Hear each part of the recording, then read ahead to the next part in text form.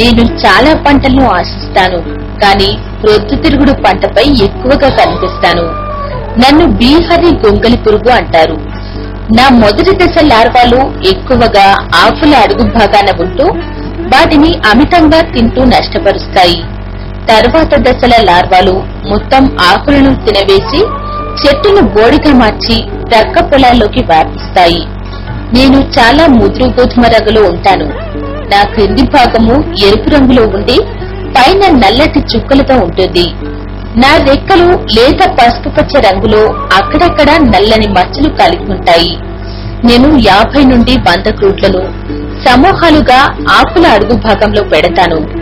అందులో నుండి 3 నుంచి 4 రోజులలో ఎరుపు, నారింజ లేదా నలుపు రంగు వెంట్రుకలు గల పెళ్ల గొంగలి పురుగులు బయటకు వచ్చి ఆకులను తిని పంటలను నష్టపరుస్తాయి. నేను ఈ దశలో దాదాపుగా 15 నుంచి 20 రోజులు ఉంటాను. నా ఆఖరి దశ లార్వా 5 సెంటీమీటర్ల పొడవు ఉంటుంది.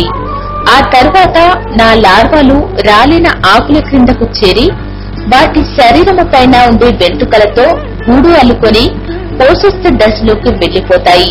ఆ తర్వాత రెక్కల పురుగుగా మారుతాను. నన్ను నిర్మూలించడానికి మీరు సమగ్ర సస్యరక్షణ పద్ధతులు పాటించాలి.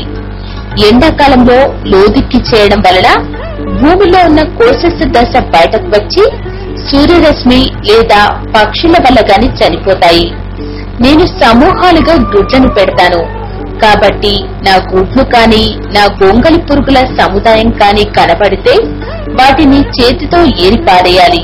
పొలం చుట్టూ కందకము త్రవ్వి అందులో 2% మిథైల్ పెరాథియాన్ పొడి మందును చల్లడం వలన నన్ను ప్రక్క పొలాలకు పాకకుండా అరికట్టగలరు.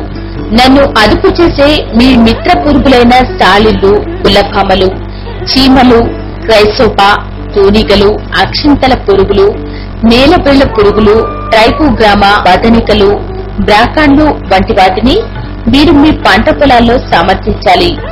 మొదటి దశ లార్వాలకు పొడి మందులైన లిండేన్ గాని పెన్ వాలరెట్ గాని ఎకరాకు 6 నుంచి 8 కిలోలు చల్లాలి.